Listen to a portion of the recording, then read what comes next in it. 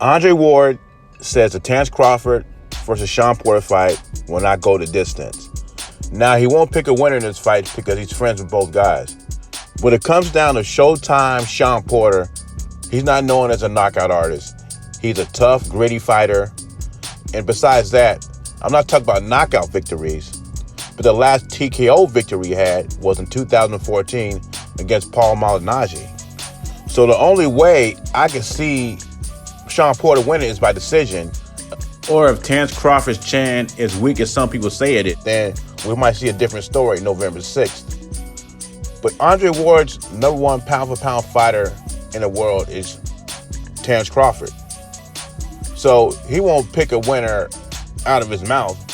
But if you're putting 2 and 2 together, I think Andre Ward is picking Terence Crawford to win by knockout in his mind. And Terence Crawford has been knocking everybody out at 147, regardless of what you think of the opponents. He's been the guy taking people out. And Shawn Porter has said, I'm not the fighter from the PBC that Terence Crawford wanted to fight. Of course not, because the fighter from the PBC that Terence Crawford wanted to fight was Errol Spence. And that is the fight Terence Crawford wanted for a minute. He says he don't care about the fight anymore. That's a lie. Crawford wants to fight. But to get to that fight, he knows he got to go through the gauntlet. And who's the head of the gauntlet of the PBC? It's a rugged, tough Shawn Porter. Triple G returns in December, and him and Loeffler are hoping for Canelo Trilogy in 2022.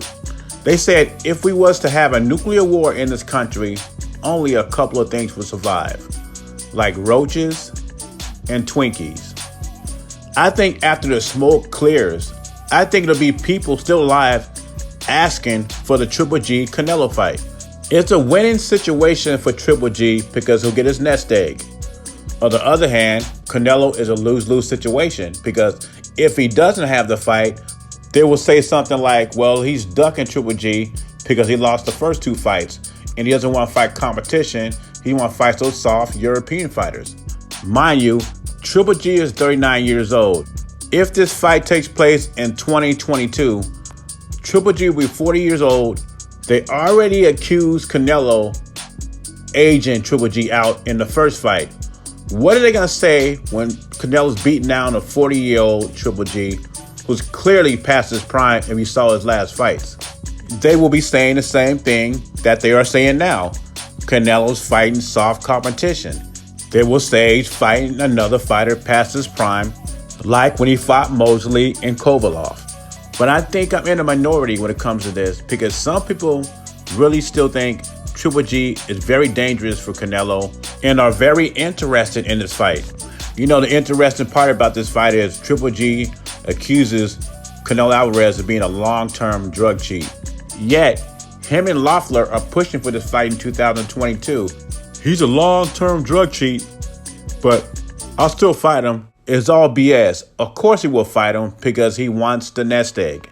Anyway, leave your thoughts and comments below. JBZ, I'm gone.